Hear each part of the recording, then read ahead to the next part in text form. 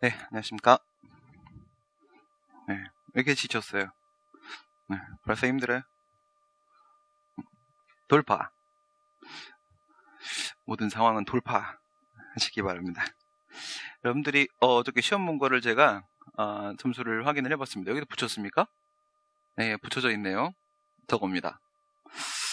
점수를 봤습니다. 심각하시더라고요. 네. 네, 뭐 충분히 그럴 수 있습니다. 문제를 풀면서 공부를 하게 되는 거, 알게 되는 게 사실은 더 많습니다. 그런데 이 기본 이론 강의에서 여러분들이 뼈대를 못 세우게 되면 문제를 아예 풀 수가 없어요. 우리가 원하는 목표 지점이 어딘지 저 시간에 말씀을 드렸죠. 예, 기출 3020문제 돌파까지가 우리의 목표 지점입니다. 거기까지 가려고 하게 되면 우선 기본적으로 뼈대를 좀 세우셔야 되는 거고, 어떤 문제들이 있는지 여러분들이 한번 확인하신 의미면 충분합니다. 걱정하지 마시고. 근데 점수를 보니까 지금 제가 문제풀이 수업을 계속 진행을 하고 있는데, 그 좀 마음이 급하시거나 걱정이 되시는 분들 같은 경우에는 그 문제풀이 수업 중에서 지금 9까지 9급하고 있는 거였어요. 예. 제가 2만 원에 올리려고 했는데 2만 5천에 올라가 있더라고요. 이것까지 내가 컴플레인 걸긴 좀 힘들고 그래서 그거를 여러분들이 같이 하나 병행을 좀 해보시면은 느낌이 좀 오실 거예요. 우리가 가야 되는 곳이 어딘지 요 느낌까지구나, 이걸 아시면 돼요. 더 깊이 들어가실 필요는 없습니다. 그래서 같이 좀 병행을 해주시면은 인강하고 실강하고, 왜냐면 여러분들이 시간이 부족하잖아, 그렇죠? 그래서 정상적으로 하게 되면 여기서부터 시작을 해가지고 요거 1월부터 이렇게 시작을 하고 한 바퀴 돌려갖고 내년 4월이거든요. 이게 원래 정상적인 사이클이에요. 예, 이 사이클을 가게 되면은 너무 오래 걸리잖아요. 그렇죠? 그래서 제가 올해 4월 달도 절대 포기하지 말고 최선을 다해서 한번 해보시라고 했습니다. 예, 되는 사람 분명히 제가 봤을 때는 반 이상 나옵니다. 올해 되는 사람. 저는 여기에 기준은 도저히 용납할 수 없고요. 인정하지 않습니다. 예, 무슨 말이냐? 분명히 제가 말씀드린 대로 전년도에 45일, 채 2달이 안 되는 시간 동안에 실험을 해봤잖아요. 학생들한테. 예, 미안하다. 너네들은 내 실험용 모로모트다. 쥐야. 예, 대신에 2달 동안 10만 원만 받을게. 그래서 학생들한테 사실 이거저거 서비스 나간 거는 1인당 한 50만 원 정도예요. 근데 10만 원 받고 실험을 해봤잖아. 해봤는데 결론 뭐냐? 밑도 끝도 없는 학생도 80점까지 나온단 말입니다. 가능하다는 거거든. 그러면 여러분들은 뭘 해주시면 되냐? 그냥 행정법은 그냥 제가 하라는 대로만 하고 따라오시면 되고, 다른 과목 막아주셔야 돼요. 다른 과목에서 뚫려갖고 하면 난 책임 못 져. 알겠지? 그렇다고 행정법만 죽자고 파라는 얘기는 아니에요. 행정법은 문제 계속 풀고 그 위에 그냥 올라타 있으면 끝나는 거예요. 올라타 있으면.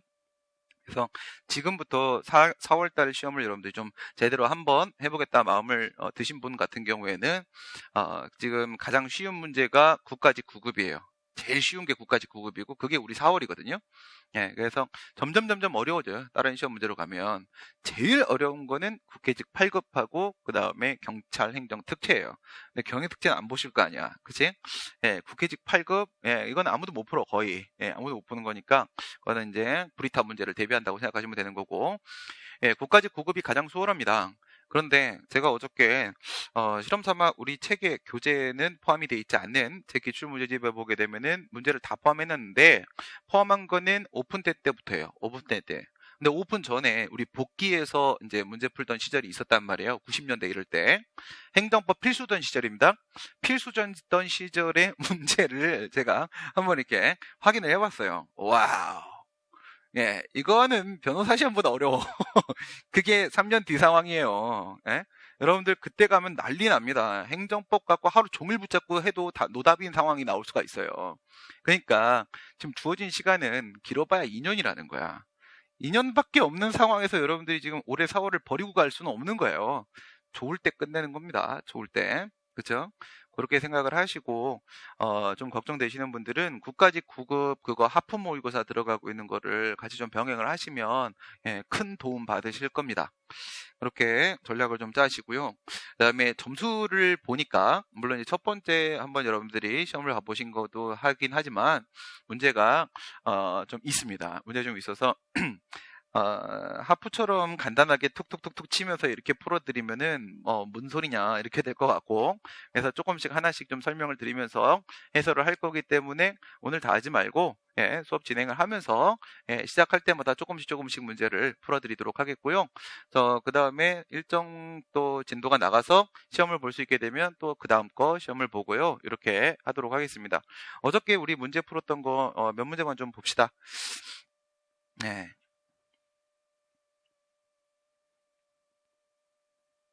많이 어려웠던 것 같아. 네. 웃어버려, 그냥. 뭐, 어때? 그치? 예. 인생 별거 없습니다. 쫄지만 않으면 돼요. 그러면 뭐, 다 되게 돼 있어요. 첫 번째, 행정법의 법원에 대한 설명으로 옳은 것은 이렇게 되어 있는데, 법원이라는 것은 법의 인식 근거입니다. 무엇을 법이라고 할 것인가? 인문특강 제가 처음에 했던 얘기죠. 인문특강, 행정쟁송법 인문특강에서 자세하게 말했던 얘기입니다. 무엇을 법이라고 할까요? 라고 했을 때 성문법원, 불문법원 이렇게 나눠진다고 했습니다. 기본적으로. 그죠? 성문법원 우리 같은 경우에 어떤 것들이 있어요? 우선 국내법으로 치게 되면 헌법 있고 법률 있고 그다음 대통령령, 총리령, 부령, 광역조례, 광역규칙, 기초조례, 기초규칙 여기까지 있을 수 있다고 했죠. 이거는 상위법부터 쭉 나열을 한 것으로서 효력 우선순위에 따른 배열입니다. 그런데 국제법규도 있을 수 있습니다. 국제법규도. 국제법규를 막 하나씩 설명하는 그런 강사는 없어요. 문제 풀면서 얘기를 해주는 거죠. 그래서 그 내용 살짝 좀 포함시키고 그 다음에 불문법이 있죠. 불문법원. 불문법원 같은 경우에는 판례법 있고 관습법 있고 조리법 있고 이렇게 세 가지가 있을 수 있다고 했어요. 근데 우리나라 같은 경우에는 뭐는 아예 법으로 안 본다? 판례법은 아예 법으로 보지 않는다. 판례는 법이라고 인정하지 않는다. 그 내용은 또 다시 한번 제가 조금 이따가 설명드리겠습니다. 첫 번째, 국제기본법은 조세행정에서 행정선례법의 존재를 인정하는 조항을 두고 있다. 이렇게 되어 있는데 행정선례법이라는 이 개념 자체가 여러분들이 좀 생소했을 수 있습니다. 생소했을 수 있는데 이 두 가지는 꼭 기억을 좀 하자고 말씀을 드렸죠. 하나가 행정절차법 제 4조 2항하고 그 다음에 국세기본법 제 18조 3항하고 두 개 같은 경우에는 신뢰보원 측에 대한 성문법상 근거다 이렇게 보기도 하고 또 뭐라고 보기도 한다고요? 자기구속원칙의 성문법상 근거다 이렇게 보기도 한다라고 했죠. 어떤 내용이 다뤄지고 있는지 제가 한번 읽어드릴 테니까 한번 느껴보세요. 근데 그거를 그냥 자기구속원칙의 문제로 여러분들이 기억하고 풀어도 맞다라는 결론 연결시킬 수 있어요. 그래서 행정선례법은 그거랑은 약간은 미묘한 좀 차이가 있습니다. 그러니까 여러분들이 정확한 개념 다 몰라도 답을 찾을 수 있으면 찾으시면 되고 그러면 그냥 넘어가도 됩니다. 답을 맞출 수 있으면. 18조 3항에 뭐라고 돼 있냐면 세법의 해석이나 국세행정의 관행이 해석이나 그 국세행정의 관행이 일반적으로 납세자에게 받아들여진 후에는 관행이란 표현이 나왔죠. 관행이란 표현이 나왔기 때문에 이거를 자기구속원칙의 근거라고 보시는 분들도 계신 거야. 그 다음에 우리 배운 대로 그 관행을 내가 인지해버리면 어떻게 돼요? 인식해버리면 신뢰보원칙의 근거라고 볼 여지도 있는 거죠.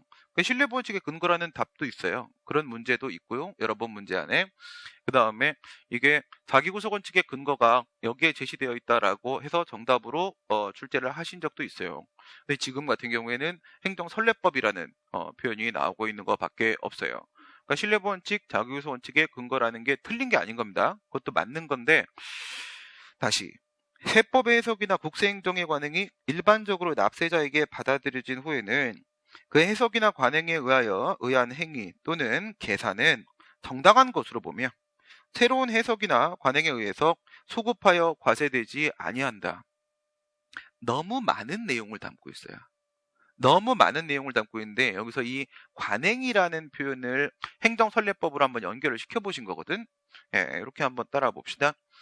불문법이라는 게 있다고 했죠. 불문법 중에서 관습법이라는 게 있다고 했어요. 이런 것까지 내면 안 되는 거긴 한데 관습법을 굳이 우리가 종류를 나누면 두 개로 나눠질 수는 있어요. 그게 우리가 일반적으로 말하는 관습법은 민중적 관습법입니다. 그냥 관습법 그러면 이거를 말하는 거야. 민중적 관습법. 근데 지금 여기서 나오는 거는 아이고 참 걱정들이 그렇게 많어. 네. 이렇게 되니까 우리 학생들의 나이가 궁금해. 네. 이게 보면은 이제 조카 같고 막 이렇게 한단 말이야. 아니, 막내 동생 같고 막 이런 표정 지으면 내가 너무 힘들어. 알겠어? 그러지 마. 웃으면서 갑시다. 결국 4월 달에 도달할 거예요. 결국 똑같은 건데 행정선례법 이런 거가 있단 말이야. 이런 게 있는데 쉽게 말하고 이렇게 보시면 되는 거예요. 여기서 이제 국가가 이렇게 있죠. 국가가 있고 그 다음에 여기 국민이 이렇게 있어요. 얘가 무슨 행동을 할 거 아니겠습니까? 이렇게 했어요. 그러면 이 관습법의 개념 요소를 생각을 해볼게요. 두 번째, 이렇게 두 개를 생각을 해보시게 되면 하나는 반복된 관행이 있어야 돼요. 반복 관행이 있어야 됩니다. 그게 반복돼서 계속 그렇게 행동을 해줘야 돼요. 계속 그렇게 행동을 해줬는데 이 1번만 있으면 그건 법이 아니에요. 1번만 있으면 법이 아니에요. 그래서 1번만 있는 거를 우리가 사실인 관습이라고 해요. 사실인 관습. 그거는 그냥 법은 아니고 사실적으로 존재하고 있는 그냥 관습일 뿐이다. 이런 의미예요. 사실인 관습이라고 얘기합니다. 이건 우리 쪽 내용이 아니에요. 이건 민법 얘기입니다. 이건 민법 시간에 맨 처음 배울 때 이런 얘기 배우거든요. 근데 그거를 우리한테 막 내고 있는 거야. 그래갖고 그다음 두 번째 법적 확신. 그것이 법이라고 확신을 가져야 돼요. 국민들이. 그걸 법이라고 인식을 해야 돼요. 일반적으로. 이러면 관습법이 인정이 된다. 관습법이다. 라고 법으로 인정을 해버려요. 그러면 중요한 건 이거죠. 법적 확신. 법적 확신을 지금 가지고 있는 건가 아닌가. 우리 그때 노무현 전 대통령 때 그 신행정도소 사건에서 서울이 관습법상 수도다 뭐 이런 얘기를 했잖아요. 그게 바로 이 관습법 이걸 얘기를 하는 겁니다. 물론 아무도 인정 안 합니다. 서울이 반드시 수도해야 될 이유가 뭐가 있습니까? 그건 아니잖아요. 수도는 언제나 옮기는 거잖아요. 그렇죠? 그거예요. 풍수지리에 따라서 옮기는 거지. 법적 확신. 근데 이거는 누가 확신을 지금 얘가 동반을 하고 있는가? 1번에 있는 반복된 관행이 법적 확신을 동반하고 있는지에 대한 판단은 누가 하는 거예요? 법원이 하는 거예요. 법원이. 국민들이 법적 확신을 갖게 되는 건데 국민들이 법적 확신을 가졌는지에 대한 판단은 법원이 내려주는 거예요.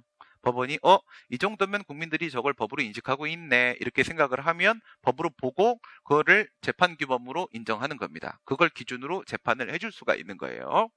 이게 관습법이야. 근데 이 관행이라는 놈이 여기서 생길 수도 있잖아요. 그죠? 관행 1, 여기서 관행이 만들어질 수 있죠. 그러니까 국가가 똑같은 행동을 계속하고 있을 수도 있는 거잖아. 똑같은 행동을 계속하고 있을 수도 있고 그 다음에 이쪽에서 어떤 관행을 형성시킬 수도 있는 겁니다. 관행 2, 이쪽에서 반복된 관행을 만들어낼 수 있고 국민들이 똑같은 짓을 계속하고 있을 수도 있어요. 그렇게 됐을 때 국가가 똑같은 짓을 하면은 일로 오겠어 일로 오겠어 밑으로 가겠지. 그렇죠? 행정선례법. 행정작용이 어떤 선례를 남기면서 그게 계속 반복됐는데 국민들이 그것을 일반적으로 법이라고 인정을 하고 있는 거야. 그러면 여기는 관행 1이 되는 거야. 관행 1. 이게 되는 거고요. 그 다음에 국민들이 똑같은 짓을 계속하고 있다면 근데 그게 관습법으로 인정이 된다면 그런 걸 우리가 민중적 관습법이다 이렇게 보게 되는 거예요. 방금 전에 국세기본법 18조 3항에서 뭐라고 했어요? 해석과 관행이 조세 행정 영역에서 국가가 행하는 관행이 형성되면은 소급해서 그거 뒤집지 말라고 했잖아. 그렇죠? 뒤집지 말라고 했으니까 지금 국세기본법 제 18조 3항에서 하는 얘기는 이 관행원이에요. 관행원. 관행원이니까 일로 내려버린 거예요. 일로 내려서 국세기본법 18조 3항에서 행정선례법에 대한 근거를 만들고 있다라고 얘기를 한 거예요. 틀렸다고 말할 수는 없죠. 이걸 놓고 무조건 말도 안 되는 얘기다 이렇게 할 수는 없는 얘기가 되는 겁니다. 그게 첫 번째 질문이고요. 두 번째, 대법원은 유사사건에 관한 대법원의 판례가 하급 신법원을 직접 기속한다고 판시한 바가 있다. 이거는 뭐냐면요. 상급법원의 재판 내용이 하급법원을 구속을 해요. 구속을 하는데 밑에 건 여러분 잘 모르셔도 되고 1심이 이렇게 있죠. 1심이 있는데 이 1심 판결에 대해서 내가 불복하면 어떻게 가요? 상소라는 걸 한다고 했죠? 상급법원에 가 따지는 걸 우리가 상소라고 그래. 상급법원에 가서 따져요. 상급법원이 이렇게 2심이 있을 거 아니겠습니까? 예, 민사나 형사 같은 경우에는 이게 단독 판사고 이게 합의부고 고등법원은 패스치고 그다음 대법원으로 바로 넘어가서 3심 이렇게 가는 거라고 했죠. 근데 우리 같은 경우 어떻게? 우리는 예, 사공이 많으면 배는 정확한 곳으로 빨리 간다고요. 그렇죠? 산으로 가는 게 아니에요, 절대. 사공이 많으면 회의를 하잖아요. 그 요즘에 드라마 재밌는 거 많이 하더만 2판 4판 막 이런 거 보면 예, 작가들 똑똑하다고 했죠. 그렇죠? 그대로 현실을 잘 반영을 해놓고 있어요. 그러니까 합의부라고 하게 되면 세 명이에요. 세 명 재판관이 앉아 있으면 그러면 이제 합의부 법원이다 이렇게 얘기를 하게 되는데 중간에 이제 재판장이 이렇게 앉아 있고 왼날개 오른날개가 이렇게 있단 말이에요. 옆에 앉아 있으니까 얘들 이름이 배석판사야. 배석판사. 이게 물어본다고 어떡할까? 쟤 저런데 이거 인정할까? 뭐 이렇게 물어본단 말이에요. 결국은 이 재판장이 얘가 짱이니까 예의부로 말하고요. 예의부로 말하고 같이 의견을 조율한단 말이에요. 의견을. 그래서 세 명이서 정확한 판단을 내릴 수가 있겠죠. 그래서 우리는 이게 행정법원이고 합의부고 이게 고등법원이고 그다음 대법원이고 이렇게 올라갈 거 아니겠습니까? 올라가는 거는 그냥 통으로 상소라고 하게 되고 올라가는 건 다 상소라고 하게 되고 여기서 여기 올라가는 걸 우리가 항소라고 한다고 항소 여기서 여기 올라가는 걸 우리가 상고라고 이렇게 한단 말이에요. 물론 이 친구의 재판의 내용이 이 친구를 구속하는 경우도 있어요. 그런데 이 부분은 여러분 잘 모르셔도 돼요. 예, 내려버리려고 하는 거예요. 그러니까 상소를 제기해서 여기 올라갔는데 이 2심 법원의 상급 법원의 재판 내용이 밑에 있는 하급 법원의 다음 재판을 구속을 한다라고 말을 하려면 그 재판이 올라갔다 다시 내려와야 되거든요. 근데 이게 올라갔다 다시 내려오는 경우가 많지가 않아요. 1심과 2심 사이에서는요, 예, 보통 모든 재판은 거의 대부분 여기서 끝난다고 보시면 돼요. 이 상고 요건이 엄격해서 여기까지 못 올라가는 경우가 많아요. 보통 여기서 끝난다고 보시면 되거든요. 1심에서 졌다고 해가지고 포기하는 사람은 없어요. 예, 1심은 그냥 이거 워밍업이에요. 예, 이건 이제 준비 운동 하는 거고, 또 지방 같은 경우에 1심에서 행정소송 이기지 못해요. 예, 그런 걸 우리가 향판이라고 하는데, 예, 거의 자기들끼리 다 결탁돼 있어요. 그래서 행정부하고 사법부하고 다 결탁돼 있기 때문에 예, 행정소송에서 이긴다는 걸 기대하기가 힘들어요. 진짜 싸움은 여기가 사는 거예요. 진짜 싸움은. 그래서 이거 내려오는 경우는 많지 않은데 뭐 내려온다면 어떤 경우가 있냐면 소송 요건을 못 갖췄다고 해가지고 얘가 그냥 각하를 시킨 거야. 예, 그냥 돌아가. 그러니까 웬 놈의 각하? 그래서 상소를 제기한 거야. 그랬더니 얘가 여기서 야 네가 뭐라도 판단을 하고 올려야 될 거 아니겠니? 야 판단 좀 해. 그리고 다시 내려보내는 경우가 있어요. 그런 걸 뭐라고 하냐면 환송이라고 합니다. 환송. 예, 다시 내려보낸다. 그래서 내려보내는 경우가 간혹 있는데 이건 중요하지 않아요.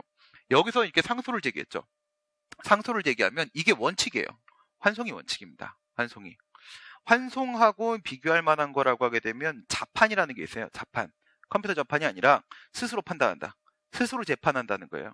굳이 내려보낼 거 없고요. 그냥 대법원이 여기서 결론 딱 내려버리는 것도 특별히 문제 없겠다 하게 되면은 원칙은 내려보내는 거예요. 원칙은 야 다시 해라고 돌려보내는 건데 지가 자판해버리는 경우도 있어요.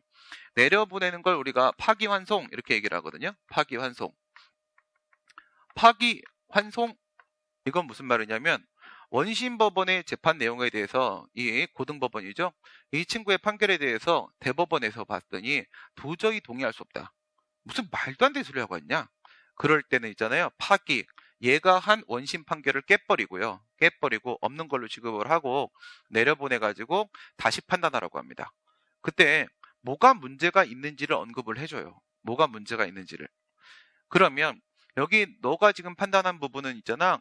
예, A라는 위법 사유에 대한 판단에 있어서 그런 미스가 있었어. 라고 하고 파기환송을 하잖아요. 그러면 얘를 기속을 해요. 이게 기속력이 인정됩니다. 구속력이 인정이 된다고요. 근데 우리가 그랬잖아. 구속력을 가지고 있는 규범이라고 하게 되면 그것은 법이다. 그렇게 얘기했죠. 법규범이다. 구속력이 있잖아요. 구속력이. 뭐에 구속력이 있어요? 판결의 구속력이 있잖아. 판결의 구속력이 있으니까 이걸 과연 판례 법이라고 봐야 되겠느냐? 이거예요. 이걸 판례 법이라고 봐야 될까요?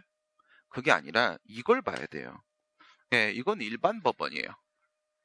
일반 법원은 CF 헌법재판소와 달리 헌재하고 비교를 하게 되면 일반 법원은 구체적 사건에 대한 재판만 할 수 있어요. 구체적 사건에 대한 재판만 할 수가 있어요. 사건이 있어야 됩니다. 그런데 헌법재판소 같은 경우에는 추상적 재판을 해요. 사건이 없어도 재판을 합니다. 그래서 얘가 보충적으로 판단을 하게 되는 거예요. 그러니까 얘는 구체적 사건에 대한 재판만 하니까 그 범위 안에서만 판단을 내리는 거예요. 그러다가 보니까 이놈의 구속력이라고 하더라도요, 어디서만 이 구속력이 인정이 되는 거냐면 그 사건, 당해 사건에서만 구속력이 인정되는 거예요. 당해 사건에서만. 여기서만 인정되는 거예요. 지금 이 사건 있잖아요. 갑하고 행정청하고 싸우고 있는 이 당해 사건에 있어서만 이 원심법원을 구속을 하게 되는 것이지, 일반적으로 다른 사건, 유사 사건에 대해서까지 이 판단의 기준이, 이 법을 해석한 기준이 적용되는 건 결코 아니란 말이에요. 아니, 그게 맞다면 말이에요. 그게 맞다면 법관은 자기의 양심에 따라서 독립해서 재판을 할 수가 없어요. 그게 지금 문제가 되는 거라고 했잖아. 이 지금 법원 안에서 법원행정처가 별별 장난질을 하는데, 이놈들이 행정규칙으로 밑에다가 매뉴얼 막 내려. 매뉴얼 막 내려갖고 대법원 판결에 반하는 재판하지 마, 니들 막 이럽니다. 대법원 판결에 반하는 재판을 하라고 있는 애들이에요. 얘네들은 아주 창의적인 재판을 해줘야 돼요. 얘는 안정적인 재판을 해야 되는 거고요. 창의적인 재판을 해야지 그 중에 귀를 기울일 만한 내용이 있으면 그걸 얘도 인정을 하게 되는 거예요. 그래야 우리가 발전을 하는 거란 말이에요. 그래서 얘들은, 법관은 자기 양심에 따라 독립해서 재판을 해야 되는 건데, 독립해 재판하지 마, 양심 네가 어딨어 이 새끼야, 막 이러면서 막 매뉴얼 내리는 거예요. 이거는 헌법에 정면으로 위반되는 행위거든요. 그런 게 지금 비판이 많은 거예요. 지금 그래서 판사들 사이에서 자기들 이제 카페에서 막 그런 욕을 엄청 한다고 하잖아요. 그게 지금 그 얘기야. 절대 판례는 법이 아닙니다. 우리나라 같은 경우에는 판례가 법이 아니다. 지금 그런 얘기를 가지고 한번 보세요. 대법원은 유사 사건에 대한 대법원 판례가 하급 심법원을 직접 기속한다고 판시를 하겠어요? 당해 사건이 아니잖아요. 지금 유사 사건이잖아요. 유사 사건이라는 게 바로 일반적 추상적으로 유사 사건에 대해서 어떤 판단의 기준을 제시하고 있다라는 거예요. 그러면 이건 법이라는 얘기인 겁니다. 대법원이 자기들이 내린 판단의 기준이 법이라고 했다? 네, 결코 그렇지 않습니다. 법원조직법 8조에서도 똑같이 해당 사건에 대한 하급심을 기속한다라고만 해요. 해당 사건이라고 했습니다. 당해 사건에 대해서만 하급심 법원을 기속하는 것이지, 유사 사건 또는 뭐 다른 사건에 대해서까지 하급심 법원을 기속하는 것은 아니다. 판례는 법이 아니다. 그 얘기를 한 거고, 일반적으로 승인된 국제법규라도 의회에 의한 입법 절차를 거쳐야지 행정법의 법원이 되는 것이다. 이렇게 되어 있는데, 헌법에 의해서 체결 공포된 조약이라는 게 있고, 일반적으로 승인된 국제법규라는 게 있어요. 이거는 이제 우리 헌법 제6조에 이런 내용이 있는데, 이런 말이 있어요. 첫 번째, 헌법에 의해 체결하고 그리고 공포된 조약이라거나, 첫 번째입니다. 그 다음 두 번째, 일반적으로 승인된 국제법규는 국내법의 효력을 가진다. 이렇게 되어 있어요. 국내법의 효력을 가진다. 국내법에, 이게 반드시 법률인 건 아닙니다. 국내법의 효력을 갖는다. 법률적 효력을 반드시 갖는 거라는 건 아니에요. 법규명령의 효력을 갖는 경우도 있습니다. 그러면 법규명령 포함하는 거라고 했죠? 네, 그래서 국내법적 효력을 갖는다 이렇게 되어 있는데, 먼저 왼쪽에 있는 거를 비교를 해보시게 되면요, 도종이 등장했죠. 도종이 등장했는데 뭐 어렵게 생각할 거 없어요. 얘 같은 경우에는요, 우리나라가 조약을 체결했죠. 조약, 이거 이름이 막 되게 많아요. 막 협약, 협정, 막 뭐라고 해도 상관없어요. 그래서 그 국가하고 국가가 간에 체결하는 조약을 말하는 거예요. 우리나라가 조약 당사국이어야 돼요. 그러면 헌법에 의해서 체결 공포된 조약, 이쪽으로 포함이 되는 거고요. 이쪽은 우리나라가 조약 당사국이 아닌 거예요. 조약 당사국이고, 얘 같은 경우에는요, 우리나라가 조약 당사국이 아닌 거예요. 그런데 일반적으로 승인됐다라는 것은요, 국제사회에서 그것의 규범성을, 법으로서의 성격을 일반적으로 인정하고 있다는 거예요. 그것을 누구나 법으로 인정을 하고 있다는 거야. 그래서 우리 뭐 전쟁 나도 포로 막 고문하고 그러면 안 되잖아요. 그런 거 얘기하는 거예요. 그래서 이 국제법규라고 하게 되면 다른 나라끼리 체결한 국제조약이라는 것도 있을 수 있고요. 다른 나라들끼리 체결한 조약인데 내용 겁나 좋아. 그래갖고 다른 나라들도 그냥 받아들여. 막 이런 것도 있을 수 있고, 그 다음에 저기에는 관습법 같은 거, 국제관습법. 국제적으로도 반복된 관행이 법의 확신을 가지게 되면 법이거든요. 국제적으로도 국제관습법 이런 것도 있을 수가 있는 거예요. 근데 그래 뭐 이쪽으로 문제가 출제되든 이쪽으로 문제가 출제되든 그건 중요한 문제가 아니고요. 그냥 헌법 6조 얘기입니다. 그런데 여기서 국내법의 효력을 간다고 했지. 국내법의 효력을 갖기 위한 과정에서 중간 절차가 필요하냐라는 문제가 생긴 거죠. 중간 절차가. 우리나라 국회의 입법 절차가 필요하냐고요. 입법 절차가. 입법 절차가 필요하다. 요구가 되는 것인가 했을 때 그렇다고 처리하는 나라들도 있는데 우리나라는 그렇지 않아요. 우리나라는 국제조약이나 이런 게 만들어졌을 때 이거를 우리나라 법의 효력을 갖도록 하기 위해서 굳이 우리나라에서 법률 이름 하나 만들고 또 법률 제정하는 절차 거치고 그러지 않고요. 그냥 그게 법이야? 이렇게 그냥 가지고 편입시켜요. 그냥 편입시켜요. 이게 우리나라 스타일이에요. 그래서 우리나라는 별도의 국회의 입법 절차를 거치지 않고요. 바로 저와 같은 헌법에 체결 공포된 그 조약하고 일반적으로 승인된 국제법규는 바로 다이렉트로 우리나라의 국내법적인 효력을 갖게 되는 겁니다. 성문법주의를 원칙으로 하기 때문에 조리법, 조리는 행정법의 법원이 되지 못한다. 이거는 그냥 바로 보고 나왔죠. 그렇죠? 제가 첫 시간에 말씀드리기를 영미법계 같은 경우에는 여러분 우리는 영미법계입니까? 대륙법계입니까? 우리는 대륙 쪽이라고 더 많이 봐요. 대륙 쪽이라고. 영미의 영향도 받기는 한다고 했어요. 그러니까 일제강점기가 있고 그 다음에 미국 강점기가 있죠. 뭐 미제라고 말하는 사람도 있습니다. 미국 지역주의 이런 애들. 그런 애들 같은 경우에는 그거 용납할 수 없거든요. 걔네들한테 우리 뭐 학살당한 숫자가 일본한테 학살당한 숫자랑 거의 버금가요. 근데 미국은 우방이라고 해. 그 일본 싫어하고 그러잖아. 저는 공평하게 싫어해요. 공평하게. 중국은 제일 싫어해요. 그런 애들이 정말 힘든 애들이에요. 짱깨 걔네들 같은 경우. 여러분 짜장면이 왜 까맣겠어요? 안에다 뭔 짓을 해놨지 알 수가 없어요. 그렇죠? 알 수가 없어. 짱깨들 같은 경우에는 지 입장이 없어 항상. 입장이 없으면서 뒤에서 계속 딴짓을 해요. 진짜 무서운 놈들이네. 그러니까 일본은 중국에 비하면 사실 한수 밑이에요. 계속 깜짝깜짝 그러죠. 왜 그런 거냐면 이 수영 연습 때문에 그런 거예요. 조금 있으면 나라가 침몰할 거거든요.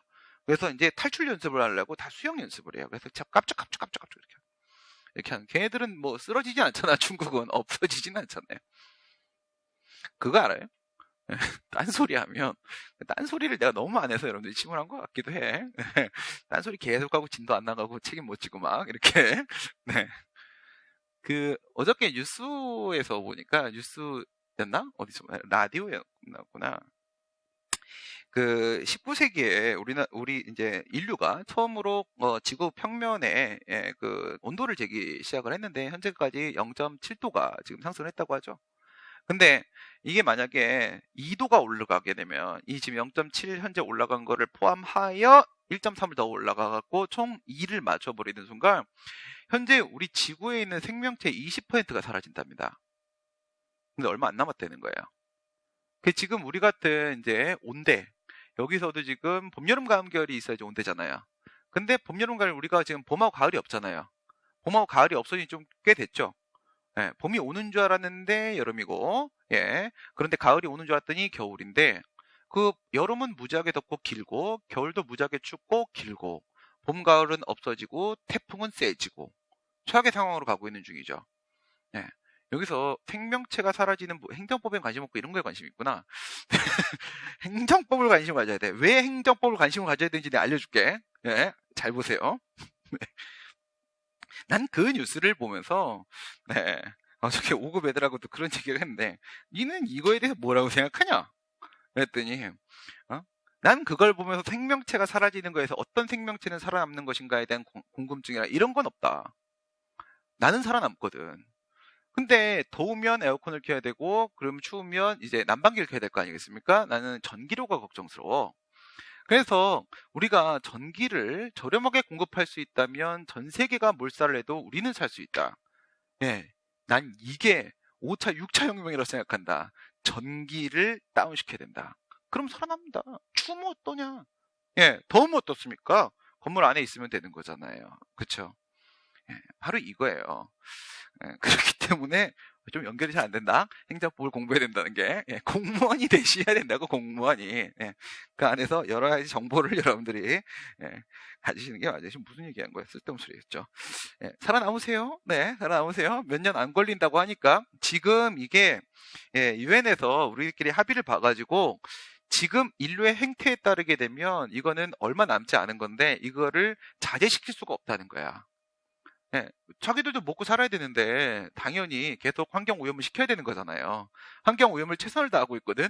최선을 다하고 있으니까 지금 이 꼬라지가 나고 있는 건데 지구가 병들어가고 있다 이런 말은 우리가 그냥 포스터 그릴 때나 그리는 거잖아. 그치? 초딩 때. 그거 외에는 뭐 관심 없지 않습니까? 그런 상황이죠. 그래서 그때 가서 여러분들 살아남으시고 저는 살아남는 길 찾았어요. 전기료를 대야 되잖아. 전기를 대면 돈을 많이 벌어야 되잖아. 돈이 많이 벌는 가장 기본은 뭡니까? 오래 벌어야죠. 여러분들은 오래 벌기 위해서 공무원이 되는 거죠. 그거 말고 없지. 솔직하게. 그죠? 네. 오래 버는 거 말고 다른 진짜 돈 버는 거에 확 버는 거 생각을 했으면 저는 여러분들한테 공인중개사 또는 노무사를 추천합니다. 왜냐하면 통일이 됐을 때 저쪽 땅은 어떡할 거고 저쪽 노동자들 어떡할 겁니까? 그죠? 법적인 여러 가지 조언과 관리가 엄청 필요해요. 그렇기 때문에 전 노무사, 중개사 이쪽으로 나는 오히려 추천합니다. 감정평가사? 요거 괜찮은데 요거 잘 통과 안 돼. 그래서 그런 거 괜찮습니다. 근데 여러분 뭐야? 길게 벌겠다는 거잖아. 그치? 그런 작전을 쓰고 있는 거죠? 저는 어떤 작전을 쓰고 있는 거예요? 인공지능이 대체할 수 없는 직업을 선택한 거예요. 인공지능이 대체할 수 없는 거 난 최대한 난 죽을 때까지 내가 원하기만 하면 계속 강의할 수 있잖아요. 물론 학원에 내보내지만 않으면 그렇죠? 아니면 내 차리지 뭐. 그렇게 하면 되는 거고. 조리법 우리나라 같은 경우에는요 그 일제강점기가 좀 더 길었기 때문에 그때 독일이 일본을 타고 일본에서 다시 그 대륙법계 통해 법 체계가 우리나라로 이제 들어왔어요. 근데 그 이제 미군 강점기 당시에도 그때 이제 영미법계의 법 체계도 우리한테 들어왔어요. 들어왔는데 들어온 좀 측면이 달라요. 소송 절차 쪽 이렇게 하면 이건 영미 쪽 우리는 취하고 있어요. 소송 절차 쪽은요. 그런데 우리가 이렇게 하는 실체법 파트 이렇게 들어가게 되면 이거는 대륙법 쪽이랑 우리는 훨씬 더 가까워요. 무슨 말씀이냐면 우리는 성문법주의를 채택하고 있다. 성문법주의를 채택을 하고 있어요. 하지만 보충적으로 당연히 불문법 적용이 될 수 있는 거고 최후적인 규범으로서 우리가 조리법이라는 것을 인정을 한다고 했죠. 조리법이라는 것을. 그 다음 2번 행정법의 일반 원칙에 관한 판례 태도로 옳지 않은 것은 대법원과 헌법재판소는 평등원칙과 신뢰원칙을 행정의 자기구속의 원칙의 근거로 삼고 있다. 이건 조심하라고 했죠. 무슨 얘기예요? 우리는 평등원칙에서 왔다고 보잖아요. 자기구속원칙은 그 행정 관행에 대해서 주관적 신뢰를 보호하기 위한 목적이 아니라 객관적 차별을 방지하기 위한 목적이기 때문에 이거는 평등원칙에 도출됐다라고 보는 게 학설. 근데 우리 판례는 양다리라고 했죠. 양다리. 그래서 평등원칙설, 신뢰원칙설이 있는데 양다리 같이 걸치고 있다고 했으니까 맞는 말이 되는 거겠죠. 그다음 지방자치단체장이 사업자에게 주택사업계획 승인을 하면서 그 주택사업과는 아무런 관련이 없는 토지를 기부 체납하도록 하는 부관을 주택사업계획 승인에 붙인 경우에 아파트 건설하는 거라고 했고요. 붙인 경우에 부관은 부당결부금지 원칙에 위반되어 위법하다 이렇게 되어 있는데 우리 행정법에서 사업이라는 표현이 나오면 다 무슨 사업이에요? 돈 벌려고 하는 사업이 아니라 공익 목적으로 하는 사업이라고 했죠. 공공사업이라고 했어요. 공공사업은 원래 누가 해야 되는 거야? 그냥 이렇게 쉽게 생각해요. 국가나 지자체가 해야 되는 거죠. 국가나 지자체가 해야 되는 건데 그거 국가나 지자체가 다 하려고 하게 되면 공무원 겁나 뽑아야 돼요. 공무원 어디까지 늘릴 거야 도대체? 우리나라 공무원밖에 없어? 공무원 관리할 대상이 있어야 될 거 아니야. 그죠? 그래서 공무원과 공무원 수험가 그리고 공무원 강사 이게 다야 우리나라. 이러면 안 되잖아. 그럼 소는 누가 키워? 그치? 돈을 벌어오는 사람이 있어야 될 거 아니겠습니까? 그래, 여러분한테 우리가 세금을 주고 월급을 줄 거 아니야. 돈 버는 사람이 있어야 되겠지. 그래요. 공무원이 다 할 수는 없어요. 다 할 수는 없는 문제이기 때문에 이 공공사업을 민간한테 위탁해서 시키는 경우들도 많이 있단 말이에요. 그래서 행정법에서 사업 이렇게 나오면 국가나 지자체가 된 공공사업이야. 다 100%예요. 100%. 근데 그거를 사인이 하잖아요. 그냥 일반 기업이 한다고 치면 걔들 돈 많이 벌어, 돈 많이 못 벌어. 돈 무지하게 많이 벌어요. 무지하게. 그렇죠? 무지하게 많이 벌기 때문에 특별히 너에게 권리를 준다. 이렇게 생각하시면 돼요. 특허예요. 특허. 특허는 공공사업이죠. 공익 목적을 달성하기 위한 것이기 때문에 그 방법의 선택은 행정청 재량이에요. 특허는 뭐라고? 재량이에요. 재량. 특허는 재량행위입니다. 그래서 말씀드리기를 법에서 1, 2, 3의 요건을 갖추게 되면은 이거 뒤쪽에 그냥 씁시다. 예, 다시 나오는데 1, 2, 3의 요건을 갖추면 A라는 뭐 허가 처분을 한다라고 했을 때 이게 can 반대는 류. 그죠? 류 친구는 천리. 그쵸? 천리. 그래서 뿅뿅뿅뿅 밟고 다니는 친구 있죠. 예, 이게 있는데 너 오락 안 해봤다며 거짓말했지. 이거 생각하시면 안 돼요. 이거 하다 걸린 거예요, 엄마한테.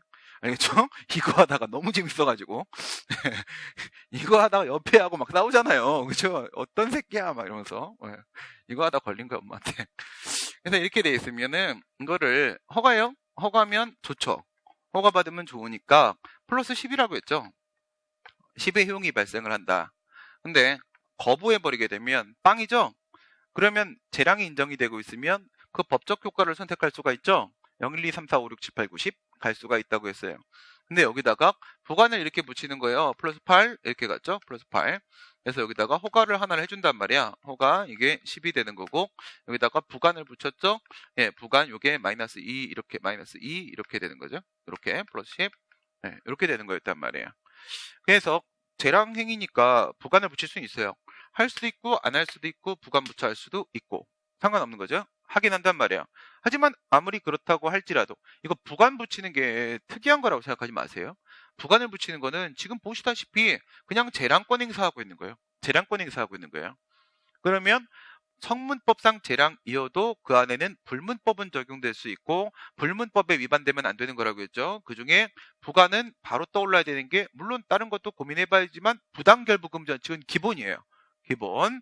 그래서 이거는 왜 만든 거냐면 부관이라는 게 민법에 있는 부관이 우리 쪽으로 넘어오면서 살짝 좀 변태적인 짓거리를 하거든요. 민법에서는 법에서 변태라고 하면 변형됐다는 얘기인 거지 우리가 생각하는 삐엔타이 그거 얘기하는 거 아닙니다. 네, 그건 좀 이상한 애들이고요. 그죠? 그래서 변태적인 짓을 한 게 뭐냐면 민법에서는요. 이게 일방적인 행위라고 하게 되면 부관을 붙일 수 없다. 이렇게 돼 있어요. 근데 우리는 다 처분이 일방적인 행위잖아. 근데 부관을 붙인단 말이에요. 왜 그런 거냐면 우리 이런 경우 한번 생각해봐요. 이노바가 요건은 갖췄다? 재량이다? 재량권 행사를 한다는 것은 뭘 말하는 거냐면 이거를 했을 때 안 했을 때 이걸 비교하는 거야. 했을 때 상황하고 안 했을 때 상황하고 비교했을 때 어느 게 더 좋은 거냐 이걸 비교해 보는 거예요. 다시 말해 형량하는 겁니다. 이익 형량. 그래서 이렇게 저울 들고 있잖아. 그쵸? 저울 들고 있잖아. 법은 이익 형량이라고 했잖아요. 그쵸? 이익 형량 해보는 거야. 했을 때 안 했을 때 어느 쪽이 더 도움이 될 것인가 판단을 내려보는 거란 말이죠. 근데 이렇게 재량권을 행사를 하는데 재량권을 행사를 하는데 재량권 행사하는데 무슨 하게 되면은 발생하는 문제가 뭐냐면 만약에 인근 주민들의 환경상이 이걸 너무 심하게 침해. 이거 여기다 공장 설립을 허가를 해주게 되면 이거 주변 사람들이 이거 숨도 못 쉬겠다 이런 상황이 오는 거야. 그러면 어떻게 해야 돼? 거부할 수밖에 없는 거잖아. 그쵸? 그러면 인근 주민들의 이익은 보호를 했는데 이 사업자의 이익은 침해당한 거 아니겠습니까? 그럼 얘한테 허가를 내려주게 되면 이 공장에서 자꾸 매연이랑 폐수랑 흘려내려보낼 거고 인근 주민들의 또 이익이 침해당할 거 아니겠습니까? 이럴 때 양쪽에서 조율 한번 들어가야죠. 조율 어떻게 들어가면 되겠어요? 부관 붙이면 돼요. 인근 주민들의 이익이 침해될 가능성이 매우 크기 때문에 어쩔 수 없이 노 이렇게 들어가야 되는 거거든요. 거부를 할 수밖에 없는 상황에 처해 있습니다. 행정청은 허가를 내줄 수가 없어요. 근데 이 노라고 하지 말고 이렇게 가면 어떻게 되냐 이거야. yes but 하고 들어가게 되면 yes but 하고 들어가면 허가를 해주겠다. 그런데 하지만 이거는 좀 해라 라는 조건을 붙이는 거야. 그게 부관이에요. 대신 너는 이렇게 폐수나 매연이나 이게 나가지 않게 그런 거를 이제 해결할 수 있는 재해시설을 설치하고 재해시설을 설치한 다음에 공장을 설립한다고 네가 약속을 하면 내가 허가해줄게. 예, 이렇게 해서 뭐 제시설 설치 조건부 공장 설립 허가 이런 식으로 내주면 그 이 사람 공장주도 예, 별다른 이익 침해 크지 않고요. 그 다음에 주민들도 이익 침해가 없는 거잖아요. 예, 그럼 서로 좋은 거잖아. 의조건 매부조건 하는 게 사실은 부관의 시작이었어요. 조차고 시작을 한 거야. 조차고 시작을 했는데 이것들이 하여튼 국가는 나쁜 짓을 목적으로 살아가잖아. 이거를 막 이만하게 붙여놓고 이거 해갖고 무슨 뭐 혹을 갖다 붙여놓은 거예요. 이래버리면 이건 뭐예요? 조차고 시작한 게 나중에는 결국 나쁘게 되는 거잖아요. 그렇죠? 이거 항상 조심해야 돼요. 항상. 왜? 좋은 정권도 결국 5년 뒤에 나쁜 정권이 되잖아. 네.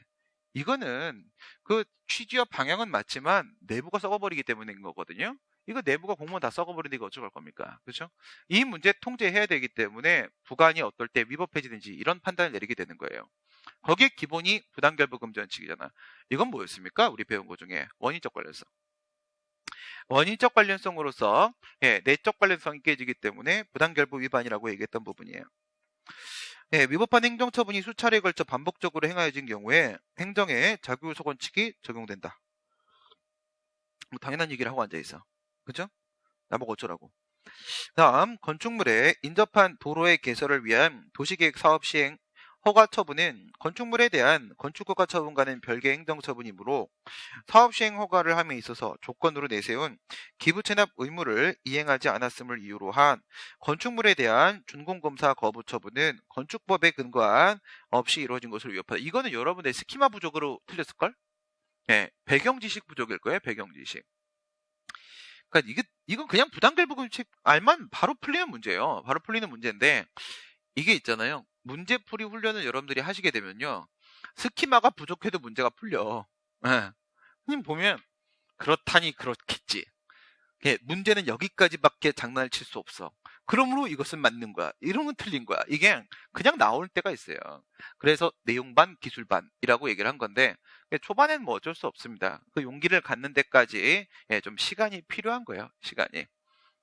예, 여러분 건물을 짓잖아요. 건물을 지으면 이렇게 해요. 예, 이런 건물이 있어요.